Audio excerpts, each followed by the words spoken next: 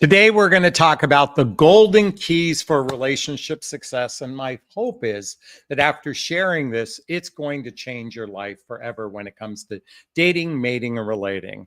And so, what we're going to talk about today really is for those who want a significant relationship, for those who want a life partnership based relationship. Why did I say that life partnership based relationship? Because today's dating and relationships oftentimes start from a very casual perspective. In some cases, it's just hooking up. Sometimes it's friends with benefits. Sometimes it's situationships.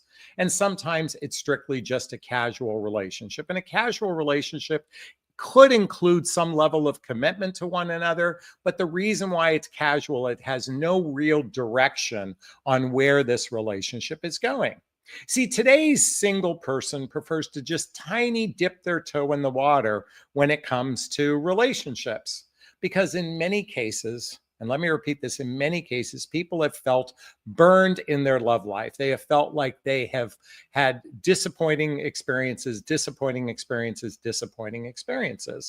And it's kind of understandable why many people have had disappointing experiences. If you're like me, you've been divorced.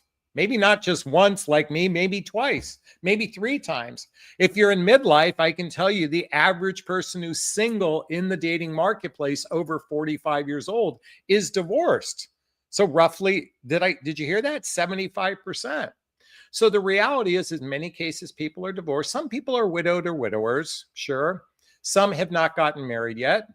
And some have had multiple relationships by the time they hit their 40s, 50s, 60s, and even 70s. Think about that, multiple relationships. It's kind of like, are we human beings good at being in relationship? I know many of you fantasize about going back in time to some sort of altruistic point of view in relationship, maybe in the 1950s. But I can tell you, if you're a woman watching this, the women of the 1950s, did you know, couldn't buy a home? Couldn't get a credit card on their own until the 70s. I don't think you'd want to go back to that type of environment. But the reality is it seemed like it worked back in those days because there was kind of scarcity when it came to choice, but more importantly, women were rather dependent upon men. Thankfully, that's not the case. And if you're a guy watching this, let me just tell you, it is in your absolute benefit that women are in a position where they can at least financially take care of themselves for the most part. And by the way, in today's environment, if you live in the United States, you almost need 2 incomes versus 1. In fact, I would say roughly 80% of the population definitely needs 2 incomes if you're in a relationship versus those that are in the top 20% bracket of income where they might be able to swing it both ways. So what are these golden keys I'm going to share with you today? There's 3 of them, just to give you a heads up, but this is actually based on my own personal experience, what I'm observing in my relationship right now. In fact, if you're watching me at this very moment, I'm in a significant relationship. I honestly believe this is the person I'll spend the rest of my life with till my last breath. I believe she feels the same. I can't guarantee this. I'm giving you real-time information. And as I go through video after video after video going forward, I'm going to give it to you in real time for the most part. And what I've observed is based on not only my work as a dating and relationship coach, but this is also studying relationships and what I think are the 3 golden keys for relationship success. And so the first key, if you want to write this down, can someone write this in the chat box or write it in the comment section for me? The first key or golden key to relationship success is massive friendship. Massive friendship. This is the goal. Massive friendship. Why do I say massive friendship instead of just friendship? I want you to think about it for a moment. Just right now, close your eyes, visualize the closest friend you have in your life. What comes up for you when you think of your closest friend? Do you feel like this is a person you could say anything to? Is this the person that has your back? Is this the person that you can call when your car gets stuck and they'll get up at 2 a.m. to come pick you up? See, I want you to think about, I've got my eyes closed, but I want you to think about that person that's already in your life. that you have a really solid friendship. Communication, depth, play, emotional safety, the foundation that makes it sustainable for the two of you.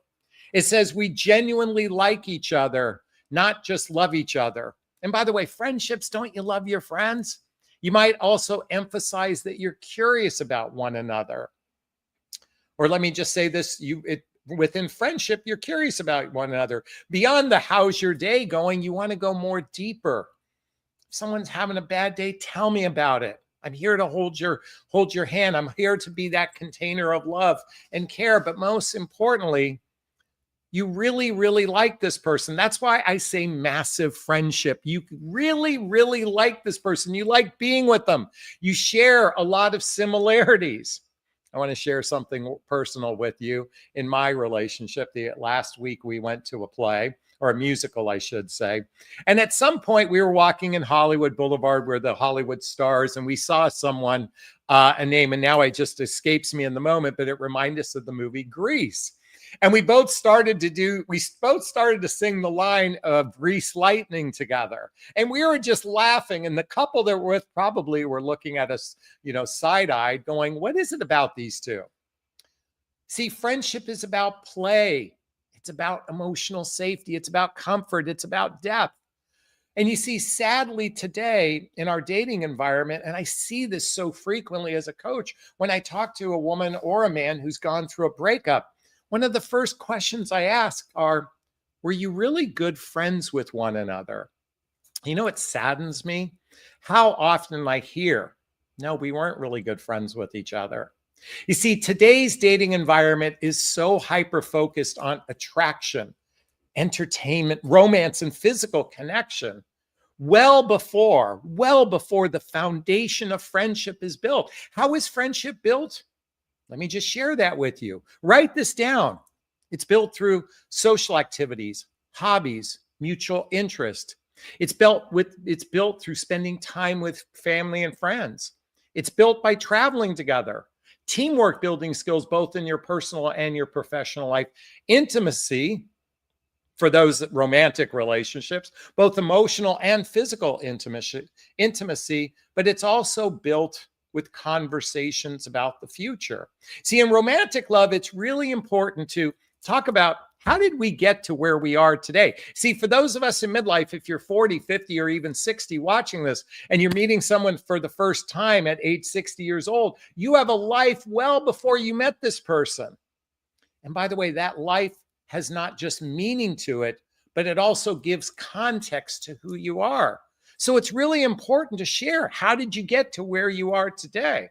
But Jonathon, I'm with a guy that won't talk about his past.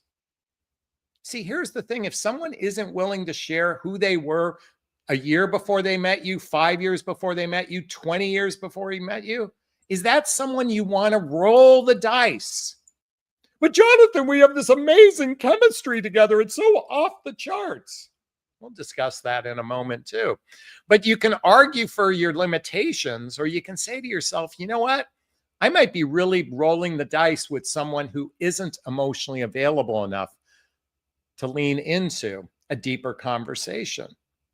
Okay, so we just covered massive romance, or massive friendship, excuse me. And we talked about how to get there: social activities, hobbies, mutual interest, spending time with family and friends. That's what builds a friendship, okay? So just put that in your reticular activating system for a moment, okay? Next, amazing romance. Number 2, amazing romance. Now, when I think of romance, I think of certainly chemistry. I think of the physical connection. I think of doing the little things to make a person happy. It's kind of interesting. At the time I'm recording this, the second season of Nobody Wants This came out, excuse me.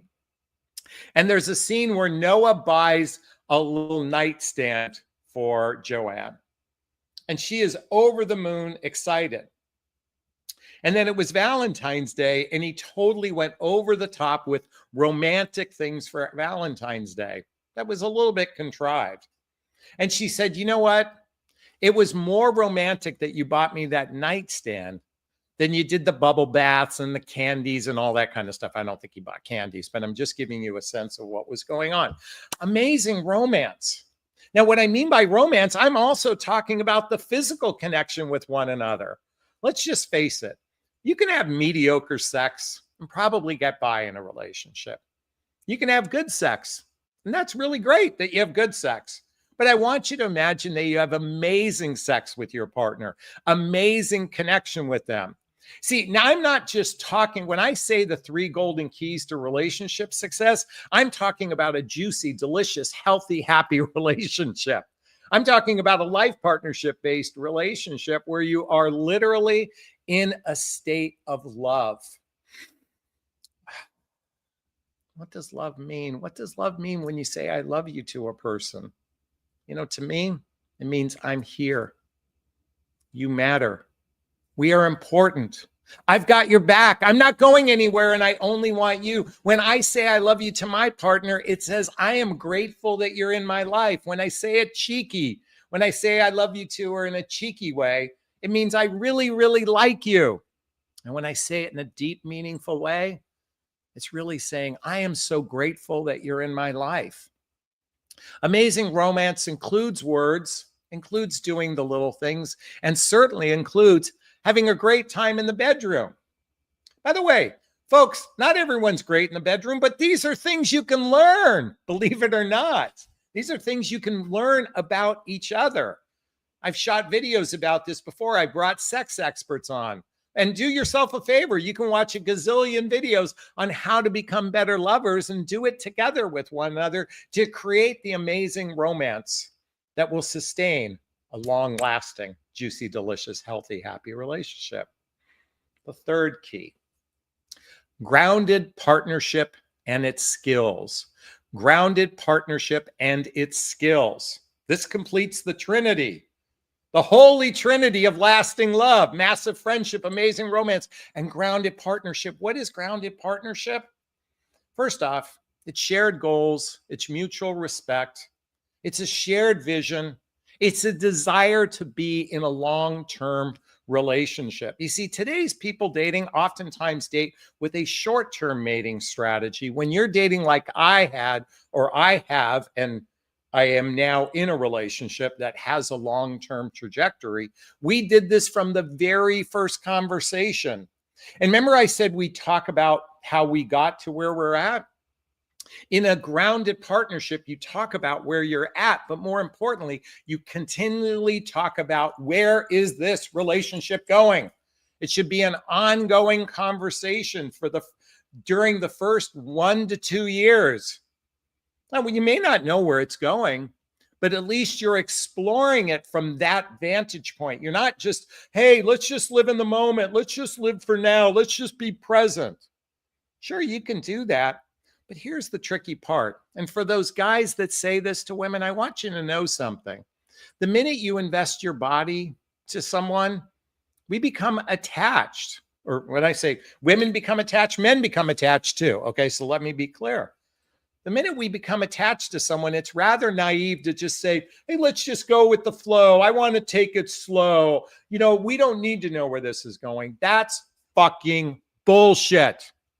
If you're 3 months into a relationship and the penis is going inside the vagina on a regular basis, then you better be, or at least, hey, this is just the rules according to Jonathon. You could do whatever you want.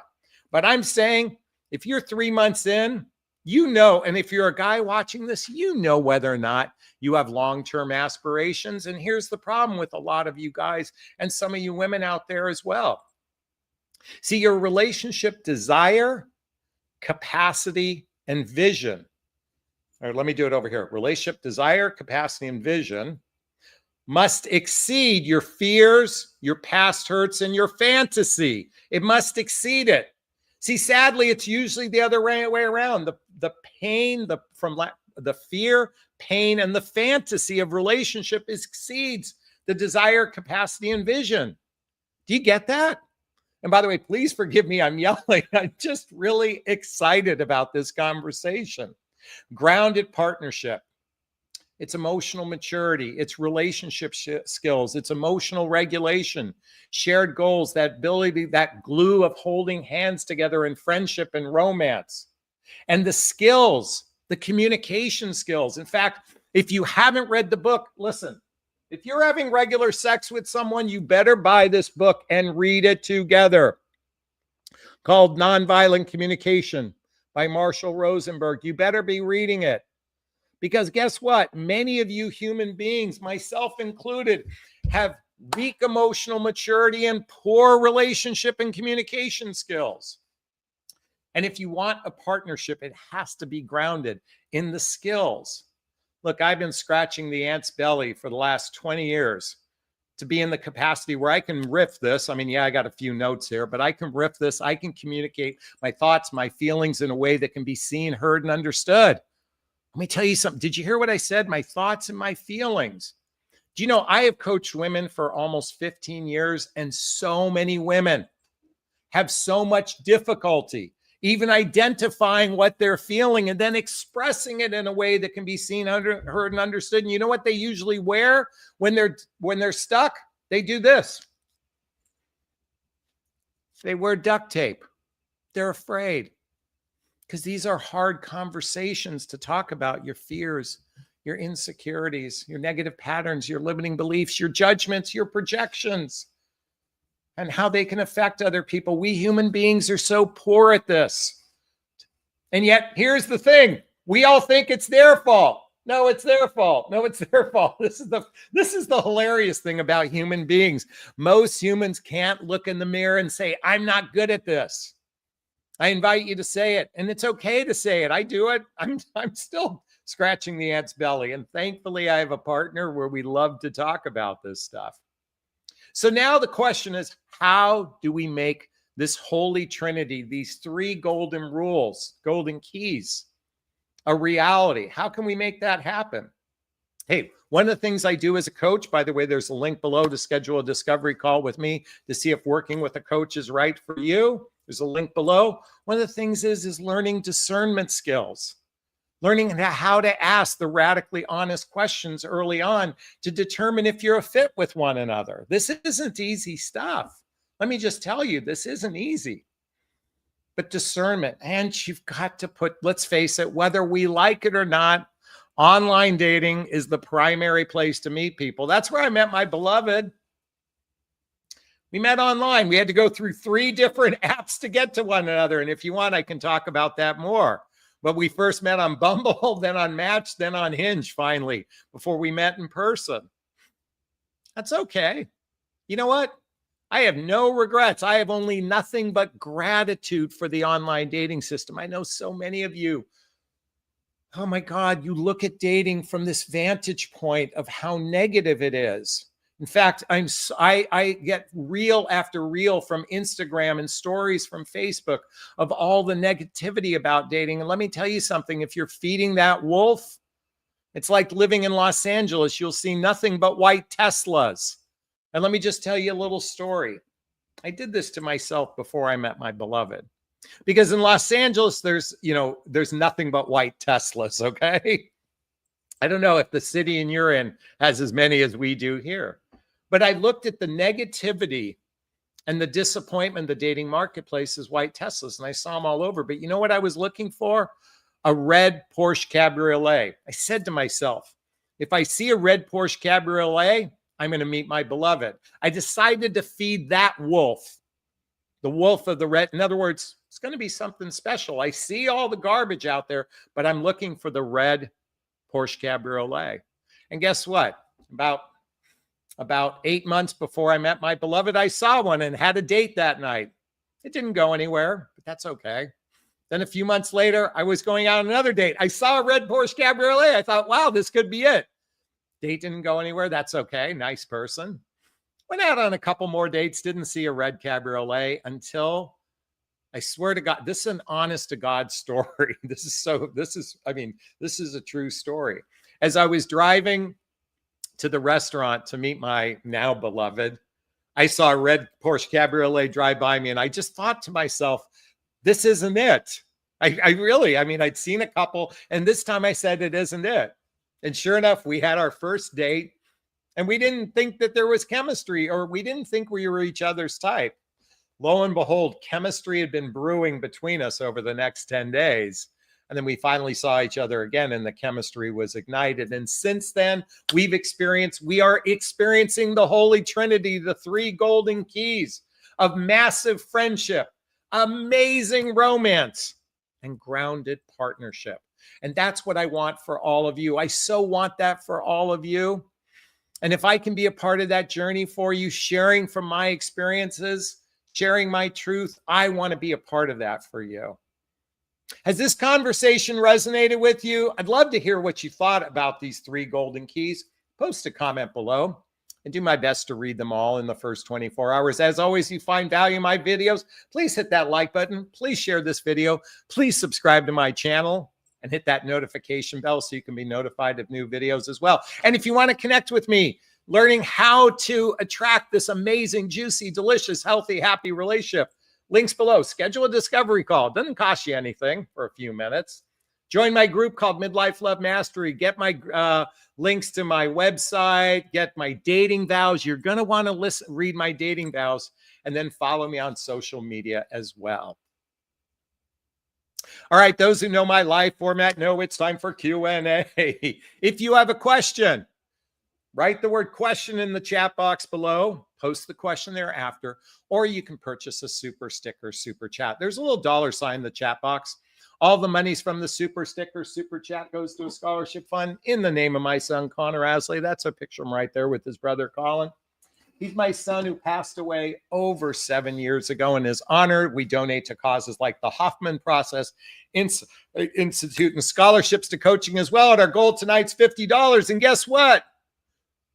Patty has jumped in and just offered us $10. So we're a fifth of the way there. We need 40 more, and we got a new member to our group here. Still, it looks like Sylvia. So Sylvia, welcome to the YouTube membership. You can click the link below to join the membership here. All right, which we offer some private videos and that sort of thing. Crystal wants to remind us all, grounded partnership and goals. Absolutely. Angela just popped in. Do you think that a person can't find love because he or she feels unworthy or undeserving?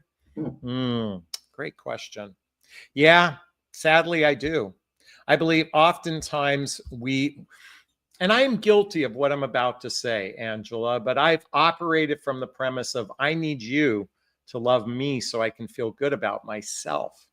And when you're coming from a place of need, when you're coming from a place of lack, when you're coming from a place of desperation, possibly, a friend of mine says desperation or expectation is the mother. Wait, what is it? Expectation is the mother of disaster, and desperation is her twin sister.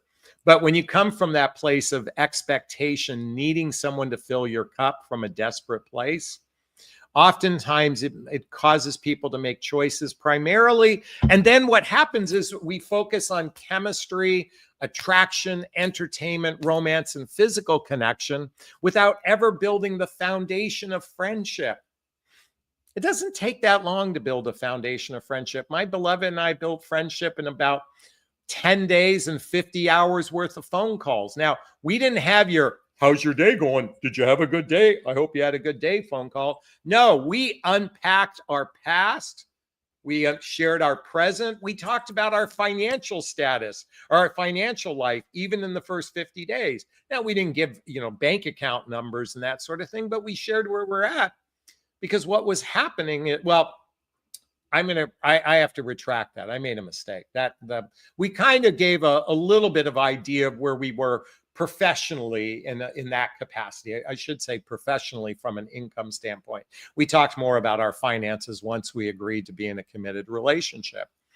But it's so important to come from a place of preferably a full cup. You know what I'm grateful about my relationship, folks, is I can come from a full cup. She gets from my overflow, and I give a ton of overflow. She gives me a ton of overflow. So coming back to what Angela just pointed out, It's you're 100% right as usual. Thank you so much. I appreciate that. We have an old time follower, Crystal, here, but her nickname was Roller Girl in our previous name, so she switched. I just want to give some acknowledgement to that. Patty Peterson says, question is roughly. Okay, give us a question. Let me see if she posts a question here. Oh, here we go. Sorry, I missed that earlier. So Patty says, I'm so glad you're talking about this. I met someone who shares the same weird humor as me and that I actually like. I was initially attracted to his ability to have intelligent conversations. Let's see what else you wrote. I had a 3-hour coffee date. That's great to hear. Oh, give us more. Okay, we're waiting for Patty to give us more because I got to read this. Question is 30 days too soon to be boyfriend and girlfriend? You know, first off, I mean, we can look at time as an illusion to some degree, but that's for us psychonauts that look at life from a hologram or matrix and that sort of thing. But well, actually, if you had Neil deGrasse Tyson here, he'd talk about time being like this instead of like this. But nonetheless, let's talk about 30 days. What is boyfriend and girlfriend? I think it's simply a commitment that I want to go on this ride with you. It's also having conversations about where you'd like this relationship to go. And it's an agreement to monogamy and exclusivity, in my opinion. Can that happen in 30 days? Certainly did in my relationship. From the first phone call that we had till our agreement to explore a relationship, that happened in about 14 days. Okay, we agree within 14 days, we agreed we wanted to explore a relationship. Now, we knew that in the first 30, 60, 90 days, you know, it's kind of like the trial period. That's what dating is. Dating is a fact-finding mission to see if you both are on the same page. Do you share the same values? Do you have the same vision for a relationship? Are your lifestyles blendable with one another? And most importantly, and this is the hardest part to figure out, is this person emotionally grown up to be in a significant relationship? I think within 90 days, you can get at least a baseline, but certainly you can be boyfriend and girlfriend within 30 days. I don't think I officially called my sweetheart my girlfriend. I didn't make it public until about 90 days of seeing each other. But I think I mentioned in my social media posts, I might even mention to you guys, that that's where we're at. So to answer your question, it's not about too soon or too long. Don't look at it that way. It's more about, can the two of you have a conversation about what your relationship desires are? And is this something you want to explore? And give it the first 90 days to say, hey, look, you know, it's no harm, no foul if this doesn't work out within the first 90 days. But if you're like me, I'm doing it for the long term. And my pattern in the past is, when I dated someone, the first 6 weeks it'd go up like this, and then it would crash and burn. And so I even said to my beloved, if we make it past the 90-day mark, it means I'm very serious about you, because that was my patterning. But we both went in with eyes wide open. Okay. Oh, and Patty wants to point out, we both love Young Frankenstein and British comedy. We agree to be exclusive. Yay, Benny Hill. British comedy. What's the other? What's that other group? Well, come back to me. I just want to give Roller Girl some props for the $1.99 super sticker. Thanks for the love. We appreciate you. Oh, Patty says he's calm, good for my temperament, and Sabrina Rising approves. I love it that Sabrina gives her the thumbs up. Sabrina's been on my channel before. You can type in Sabrina Rising and Jonathon Aslay to watch some of our videos. Cheryl's in the house. Question. My boyfriend and I have been exclusive for 9 months. I make about 7 times what he does. He recently had an opportunity to increase his income that he isn't interested in pursuing. How can I bring that up? So I'm just going to use some simple math. You make 140,000 a year and he makes 20,000 a year. Okay. If he made 100 grand a year and you make 700 grand a year, is it really appropriate? I mean, okay. So how do you bring it up? Well, you simply say what you're feeling. Like, what are you actually feeling, Cheryl? What is it? What is it that you're feeling? Okay. Oh, continue. She just wrote this. It's important for both of us to try to do our best financially as a couple going forward. He's never been married, no kids. I'm divorced with 3. Okay. So first, identify what you're feeling. What is it you're feeling? And write down the feelings. How do you feel about this? Do you feel agitated that he's not pursuing it? Do you feel disappointed? What are the emotions that you're feeling regarding this choice of his and that he isn't interested in pursuing? Now, if he chooses to not pursue it, does this end your relationship? I mean, is this a deal breaker for you? You should identify that for you. Here's where the challenge is. If you have an expectation that he pursues and he doesn't, you're going to carry resentment towards him most likely. And you'll carry this resentment most likely for a very long time. So now the question is, what needs do you have in this relationship? So first, I invite you, Cheryl, to identify the feelings that you have regarding this. Identify the feelings that you have regarding this, and then explore what needs do you need from him. Do you need financial partnership? Do you need reciprocity? Do you need that you be equal? And then if it is, why do you need that? For example, if he made $100,000 a year and you made $700,000 a year, because you said 7 times. I mean, here's the thing. 800,000 is more than 95% of Americans in the United States. So why, like at some point, I mean, unless you choose to live an extravagant lifestyle, and I don't know what your financial numbers, that's why I started. Are you at 140 and he's at 20? If he's at 50 and you're at 350, that's still well above the average. Now, mind you, you have kids and everything. Now, when you said he could substantially increase his income, does that mean going from $20,000 a year to $24,000 a year? Is that $20,000 a year to $100,000 a year? But the next question I'd ask is, why do you think he isn't pursuing it?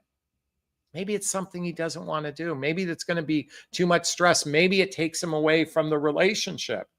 I'd want to learn why he may not be choosing it. So start with, what feelings are you feeling around this?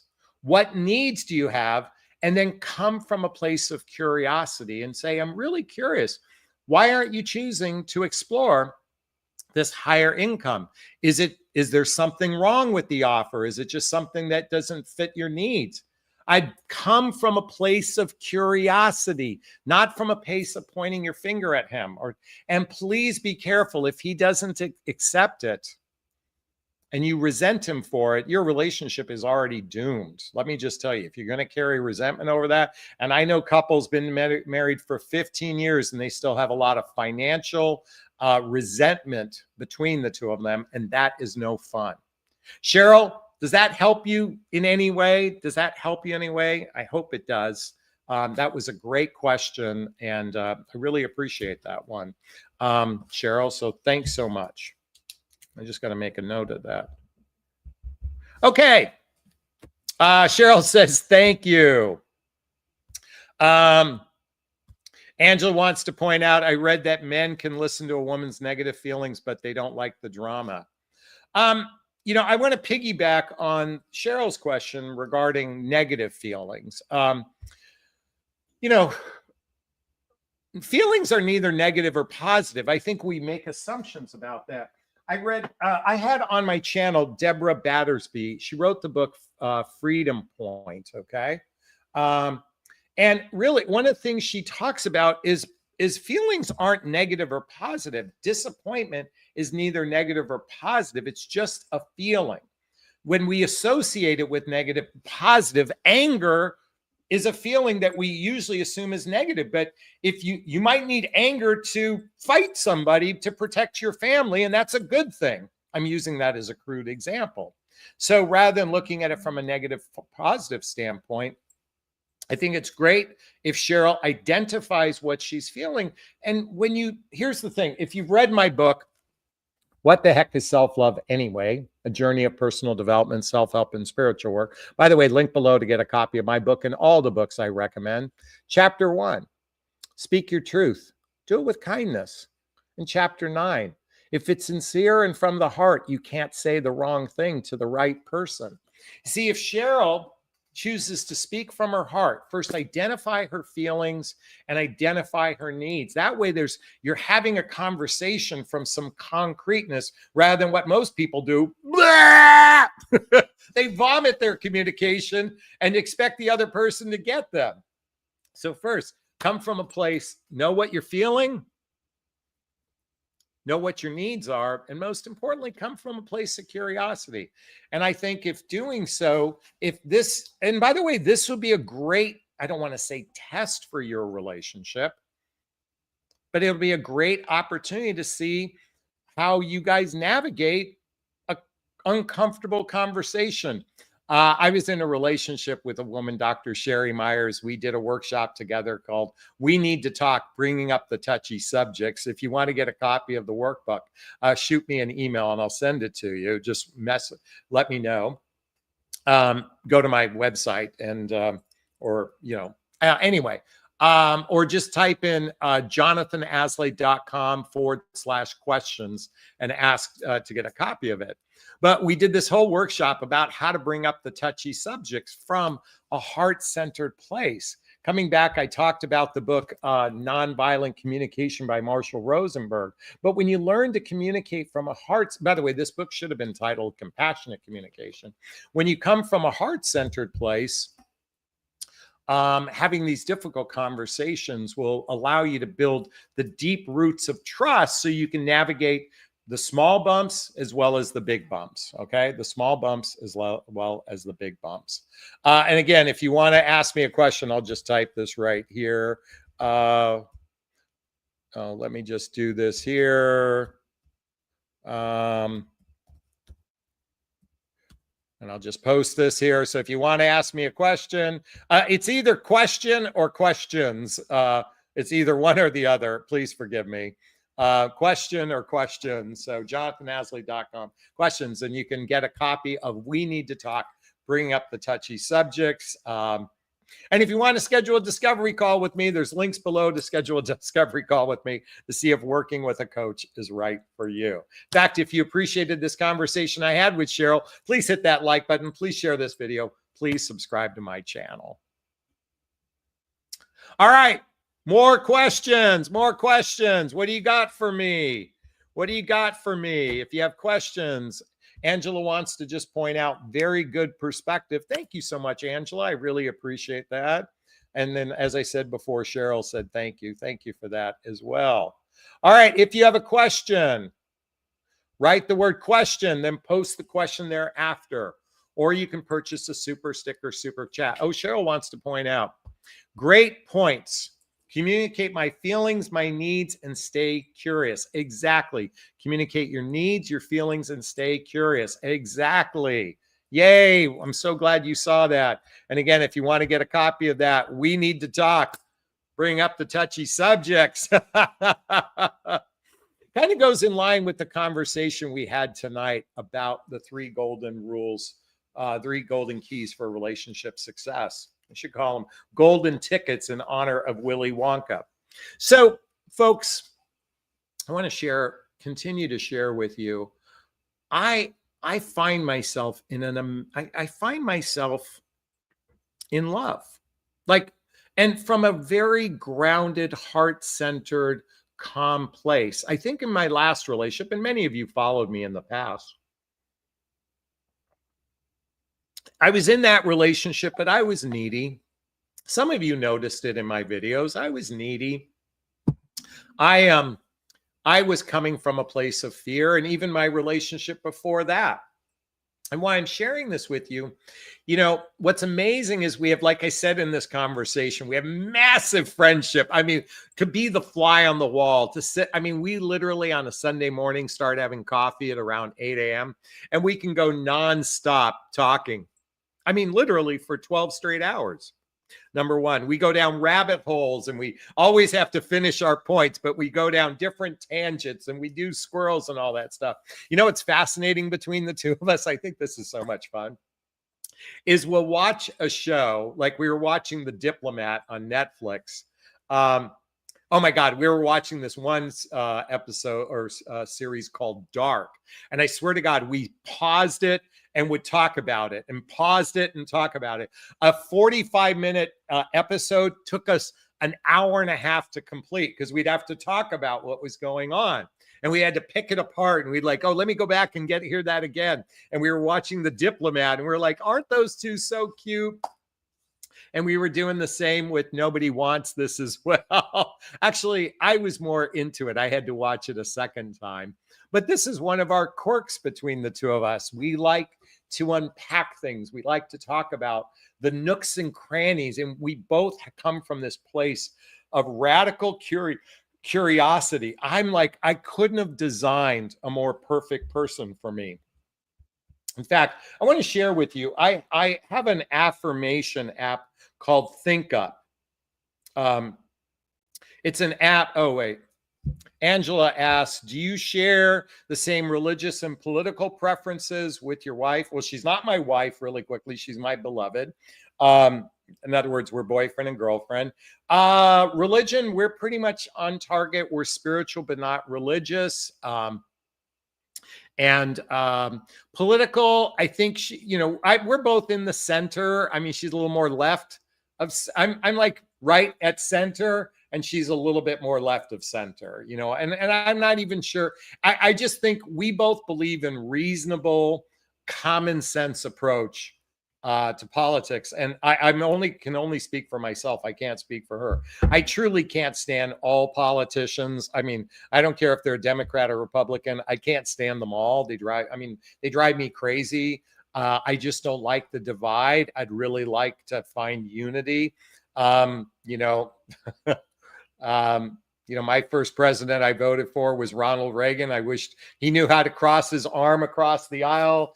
At least that was my perception of what happened. And certainly I felt Bill Clinton did the same. I like politicians that work with the other side. And sadly, today we're a divided country. But she and I share pretty close to the same political and religious views. But I want to share with you some of the things in my affirmation app about her. I would write, I'm worthy of a life partner that meets all my needs. I'm worthy of a life partner that meets all my needs. Let's see. I release the past and trust that everything is happening for my highest good. I'm in a loving, passionate, playful, romantic relationship. I wrote this 6 months before I met her, maybe a year before I met her. I trust my discernment to guide me in my decision-making. My romantic partner is a successful spiritual businesswoman who really wants to support my professional endeavors, and she totally does that. I feel desired, appreciated, inspired, respected, adored, admired, cherished, and accepted by my life partner. I want to read that to everyone. This was my affirmation. This is on an app called Think Up. I feel desired, appreciated, inspired, respected, adored, admired, cherished, and accepted by my life partner. And folks, this is an app where I recorded all of these and I listened to them in a meditation tape. So it's called Think Up. It's got like a little flower on it. It's orange, okay? If you decide to get that app, I'm not going to make any money on it. It's called Think Up. And get it on your phone. I have a life partner when we both deeply love each other. My beloved loves me same way I love her. My life partner is committed to the divine growth and me. My life partner is curious about my thoughts and feelings by asking me questions on a daily basis. Oh my God, that fits her to a T. I feel safe all the time and the universe is guiding me. My life mate is someone who I can share my deepest feelings with and she leans into me. Let me repeat that. My life mate is someone who I can share my deepest feelings with, and she leans into me. My beloved accepts me for who I am. My beloved is curious about me, always asking questions to get to know me at a deeper level. My life partner has my back, and we operate as a team.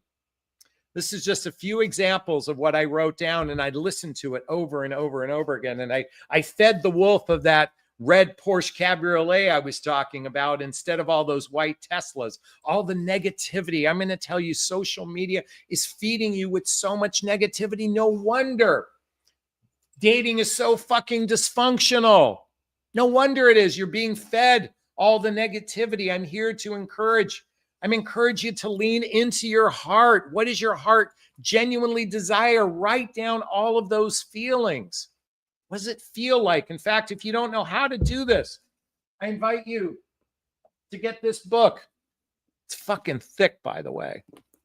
Language of Emotions, what your feelings are trying to tell you. Folks, it's about time that we human beings learn how to not only identify our feelings, but then communicate it to someone so you can be seen, heard, and understood. But you have to deliver it in a way that can be seen, heard, and understood. It's not just on them, it's on you as well. Look at what Angela just wrote. A positive mind can create positive relationship for sure. I so love that. Patty just jumped in. Thank you again, Patty. Jonathan, I love hearing about you and your beloved. It's refreshing and inspiring to see you excited about love. Folks, let me tell you something. I'm fucking annoying right now. Every day, every other day, I'm posting something on social media. And like, oh, Jonathan, you're just in the honeymoon phase. First off, honeymoon phase is usually those people addicted to dopamine, and that's why it fades. Ours is addicted in a grounded partnership. We have massive friendship, and we have amazing romance, okay? So why am I sharing so much? Because you know what? I want to be the red cabriolet I was talking about. I want to be that wolf you feed, and I want to share from our personal experiences. We had a little hiccup that happened over this weekend. It was just like a tiny little bump. What did I say? God, I can't remember what I said. I mean, God, well, first off, she recognizes that I sometimes just say, all kinds of things, kind of asinine at times. And she knows I'm just a guy. Sometimes I can act just like a Cro-Magnon guy. Okay. But we talk about it. If something comes up, she says, hey, look, this kind of felt like a little thorn pinch. Can we talk about it? She brings it up and we resolve it very quickly. Half the time when we have an issue, it's just a misunderstanding, or she didn't feel. About a month ago, we had a kind of a little bit of a little bump, and she brought up something where I kind of, it wasn't that I dismissed her, but I neglected to follow up on something that was very important to her. Now, what was happening is I was going through some stupid shit where I was kind of, I was belaboring some tiny little issue in my life, and I was a little bit consumed with that, okay? And I neglected to ask her something. I apologized it. I'm going to be more mindful, and now I'm fucking just radical. That helped me improve our relationship because she shared something that was important to her, and I put that in that little deposit bank account and say, hey, this is something important to her. I think I should address this. So, yeah. By the way, Crystal wants to point out massive friendship, amazing romance. And don't forget, grounded partnership and its skills. Grounded partnership and its skills, okay? Crystal says, it's your first holiday, Christmas together. Have you talked about what you'd like to do together? Thanksgiving is actually around the corner. But there's a good chance she's going to have a tiny little medical procedure and she might be laid up for a few days. So that's going to kind of affect that holiday. As far as Christmas, we haven't, I don't think we're big on Christmas. I think it's not a big holiday where either one of us does anything big. I think we'll probably find time to connect with our children. I'd love it that if my son, Colin, could meet her 2 children, I would love that. If not, and then New Year's Eve, I don't know. We might go. We're going to a party on a yacht a couple days before New Year's Eve. Definitely, that's on our plan. And we're going to a couple holiday parties, Crystal. But thanks for asking that. I really appreciate it. Hey, before we wrap up, do you have a question? Write the word question and post the question thereafter. Or like I said before, purchase a super sticker, super chat. All the monies goes to scholarship funds, all that kind of stuff. So I'll give it another 30 seconds. If we got someone that has something they want to say, they want to talk about my relationship, they want to talk about me helping you find the love of your life, I'm certainly check out the link below. All right. Going once, going twice. Hey. Oh. Narcissistic men are never around during difficult situations. You know, here's the thing about people who have narcissism. And we are a self-centric society. So I want to point out true narcissistic behavior is a small percentage of the population, but a big percentage of the population here in the United States is very self-centric, very myopic in their own vortex. Okay. So, and you know, it's difficult sometimes to take on someone else's stuff. You know, that a lot of people, you don't have to be narcissistic to be fearful of someone else's stuff. I mean, I'm not looking forward to the stuff my beloved will have to deal with. It's not like I'm going to go, yay, I'm excited you're going through a difficult situation. I'm not looking forward to that. I don't think anyone looks forward to it.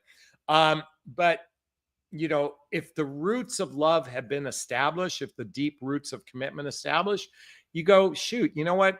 It's worth it to me to roll up my sleeves during those challenging times. And hopefully I have that in my relationship, and I hope so. But again, yes, it may be true about narcissistic men, but here's the thing, Angela, most people in the dating marketplace, most humans are rather self-centric. We feed that wolf through social media, all the selfies people take and all that kind of stuff. So we feed self-centric, almost narcissistic behavior. It's kind of inbred in our society these days. Angela, thanks for that. Crystal wants to point out a party on a yacht. That will be fun. Yeah, I have a friend, Turney has a 66-foot yacht. I've slept on it many a time. Needs a lot of repairs, though. Angela wants to point out, thanks for this live video. You're very welcome. Hey, listen, I want to hear your thoughts on this. 3 golden keys to relationship success. Post a comment below. Do my best to read them all in the first 24 hours. As always, if you find value in my videos, please hit that like button. Please share this video. Please subscribe to my channel. Hit that notification bell if you want to be notified of new videos. And if you want to connect with me directly, links below. Schedule a discovery call with me to see if working with a coach is right for you. Join my group called Midlife Love Mastery. Get my book listed below. And also check out all the books I list below. You definitely want to buy them, and get my dating vows all listed below. All right, I'm going to wrap up this video as I always do. First off, give myself a big, gigantic Jonathon Barrick of self-love. I'm going to reach into the camera and give you a hug of love, if that's okay. I'm going to ask you to turn to someone, a pet, a teddy bear, a pillow, and give it or them a hug of love, because hugs are a great source of love. And let's face it, we could all use more love in our lives. I want to thank Patty for the $10 super sticker, and Crystal, also known as Roller Girl. I want to thank Angela, and who else commented? Well, that was pretty, Cheryl, loved her questions. So, and everyone, big hugs. Thanks a bunch. Wishing you all a super duper wonderful evening. Be well. Bye now.